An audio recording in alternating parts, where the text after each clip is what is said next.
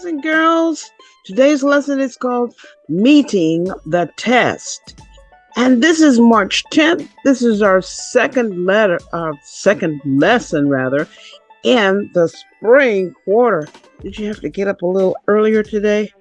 I am Miss Kathy. This is MOG or Emoji. And you are in Miss Kathy's class. Sometimes it is difficult to do what is right. For example, there are times when we should not laugh aloud. Certain times when it should be quiet during a test or at school. Sometimes it's okay to laugh sometimes, but then other times it's not. So another time when you should not laugh, an example, is when someone misbehaves in class.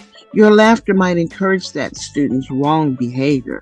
So let's play a game that teaches us not to laugh when we shouldn't. This game is called Don't Make Me Laugh. So first, you get a volunteer to be in the middle of a circle of the rest of the class. So then that volunteer has to stand there in the circle like this. And what you do is everybody circles around and they do silly things to try to make that person laugh. Now, no one is allowed to touch the volunteer. You have to try to make them laugh without touching them. Now, if the person begins laughing, they get replaced by another volunteer. Wow. Do you think you can do it? You want to try it? So at the end, let me know if it was hard or difficult to hold your laughter. So why must we do what we can to resist doing what is wrong? What happens to us if we fail the test? How can we encourage each other to do what is right?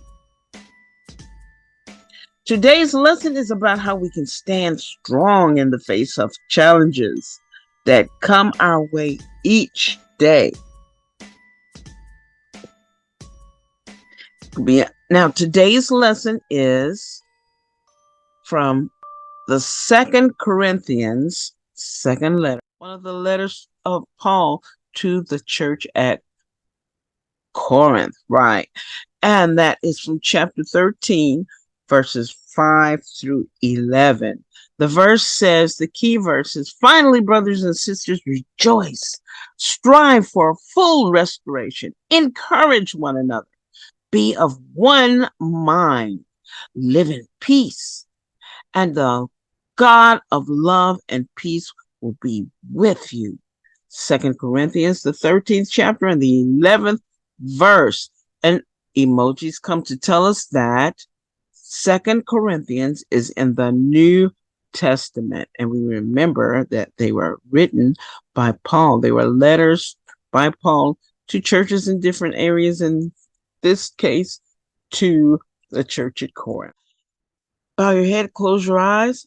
Father God, thank you for everything you have provided for us. Thank you for your word that tells us how to get back to you.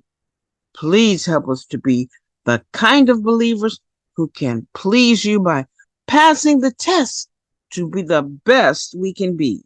We ask this in Jesus' name. Amen. First, let's look at from the source. It's from the NIV Bible.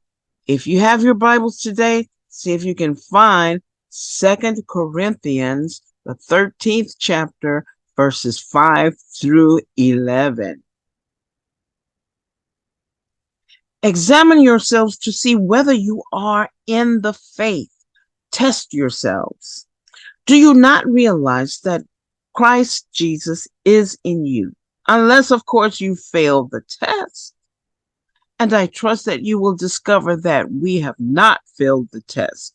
Now we pray to God that you will not do anything wrong, not so that people will see that we have stood the test, but so that you will do what is right, even though we may seem to have failed.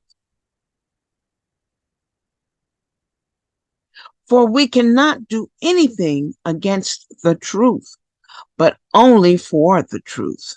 We are glad whenever we are weak, but you are strong. And our prayer is that you may be fully restored. This is why I write these things when I am absent, that when I come, I may not have to be harsh in my use of authority. The authority the Lord gave me for building you up, not for tearing you down.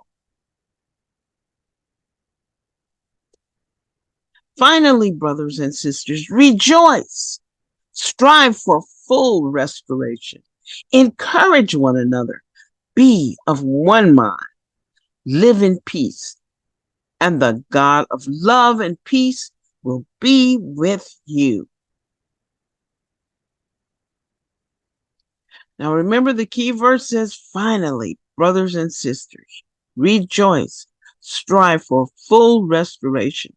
Encourage one another, be of one mind, live in peace, and the God of love and peace will be with you.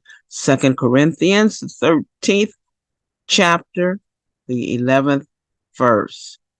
Now we're going to look at the Bible, the lesson story, the lesson version of the scripture, and we're going to see if that makes what we read from the NIV Bible a little easier to understand. Meeting the test. Paul challenged the Corinthian believers to look closely at themselves to see if they were living as they should. Paul prayed to God that the believers did nothing wrong. The believers needed to do what was right to pass the test. Paul hoped that the believers would see that he had passed the test. Paul tried always to obey God's word. Paul stood for the truth. Paul was happy to be weak if that meant that the people were strong. And he prayed that the believers would grow stronger every day. Paul hoped that when he returned to the believers, he would not have to be harsh and correct them. The Lord gave Paul authority to strengthen the believers and not tear them down. Paul reminded the believers to rejoice or be joyful and try to be like Christ. He wanted them to encourage each other, be united, or live like one, and live in peace. And God's love and peace would be with them. Questions. Number 1, what did Paul want the people to do? He wanted them to look closely at themselves to see if they were living as God wanted them to do. Number 2, what did Paul say the believers needed to do? It was important for them to do what was right and pass the test. It's animation time. Time for the contemporary story and Ruby's Lab. Whoa! Pointing out a problem. The contemporary story for March 10th, 2024.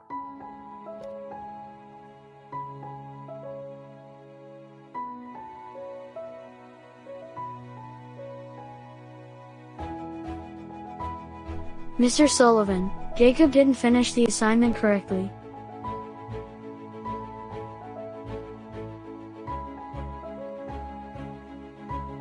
Daniela didn't put her pencils back in the box correctly. Andreas spilled markers on the floor. Mr. Sullivan. Mr. Sullivan. Vanessa ran down the hallway. Martin spent every day telling Mr. Sullivan, his teacher, about all the mistakes the other students in his class made. Martin didn't understand how everyone could do such silly things.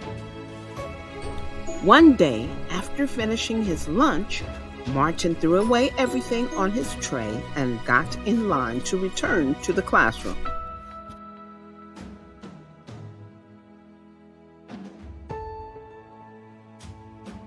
He sat at his desk and prepared for the lesson. When Mr. Sullivan entered the room, Martin's classmate Cassandra stood up and raised her hand. Yes, Cassandra.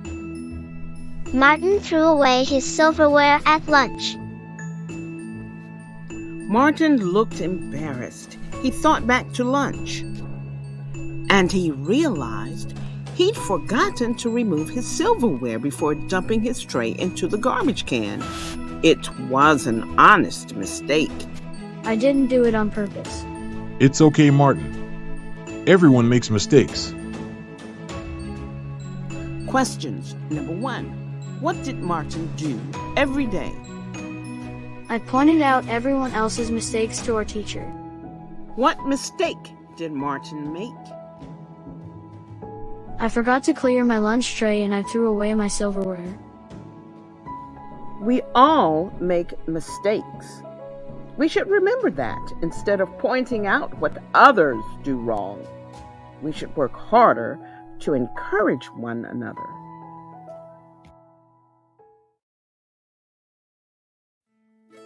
Exploring the story in Ruby's lab.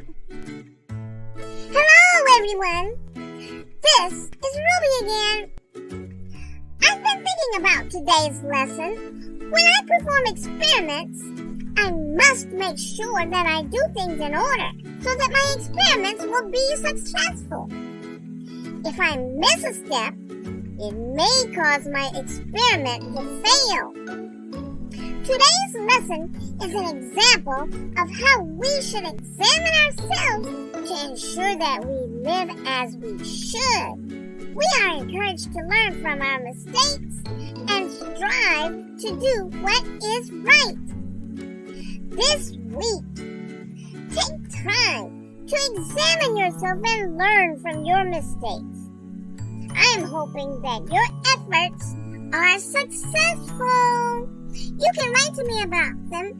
Tell me how you succeeded this week by writing to me at P.O. Box 74514 Baton Rouge, Louisiana, or by my favorite means of communication, by my email address. Get your parents' permission, of course, and that is rubyredpanda@mail.com. I said rubyredpanda@mail.com. Sing it, Ruby Red Panda.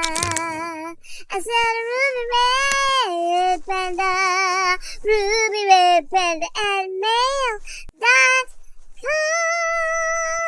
And the end.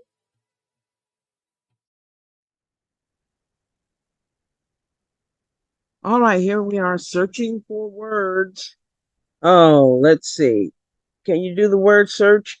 Let's do them together, or you can stop the video and come back for the answers. How about that?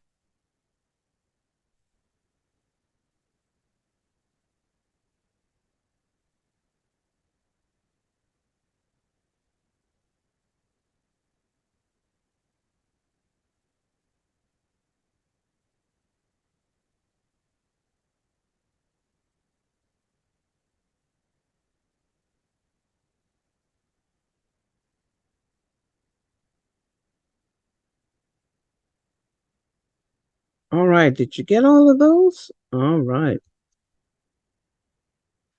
Make the right choices the next activity. We're going to draw a line from each sentence on the left to the word in the column on the right that completes the sentence and makes it true. So let's see, I have to get a pen from over here. Number 1, Paul hoped that the people would see that he had passed the Of course, that's test. We're going to draw a line there. And the other words are happy, living, prayed, and wrong. So number 2 says, Paul blanked that the people would grow stronger and stronger. And that is prayed goes right there. And number 3, Paul challenged the people to look closely to see if they were blank as they should. I think that's living. And number 4, Paul prayed to God that the people did nothing wrong goes there. Paul was blank to be weak if that meant that the people were strong. And that is, he was happy to be weak. Okay. Now it's time for the lesson review. 2 Corinthians, the 13th verse, the 13th chapter, verses 5 through 11. The key verse is, finally, brothers and sisters, rejoice, strive for full restoration, encourage one another, be of one mind, live in peace, and the God of love and peace will be with you. That's from 2 Corinthians, the 13th chapter, and the 11th verse. Paul was confident that if the believers took a good look at themselves, they would find Christ within them, just as Christ was in Paul. Faith in Scripture is about a lifestyle of obedience.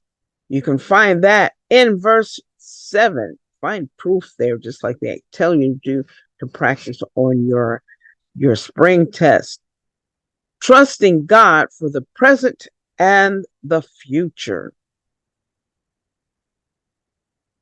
The purpose of both Corinthian letters had been to correct misunderstandings and differences of opinions, differences and fights they were sort of having within the young church during Paul's absence while he was away. So that when Paul was present, when he came back, he could be able to focus on building that church into a community of love and faith. Boys and girls, how did Paul want the people to treat one another? What did Paul pray that the people would do? Now, after this video, these are good discussions to have, don't you think? So you can discuss why it is important to live in such a way that others see their faith in you, or they can see your faith in you. All right, think about it, discuss it. You can also write to me about that by sending a card or a letter to P.O. Box 74514, Baton Rouge, Louisiana, or you can email me at MissKathy'sClass@mail.com. Well, I'm always looking forward to hearing from you. MOG is too. All right, now we have to go. We hate to go because we love you so. God loves you too, and there's nothing you can do about it. Bye-bye, boys and girls.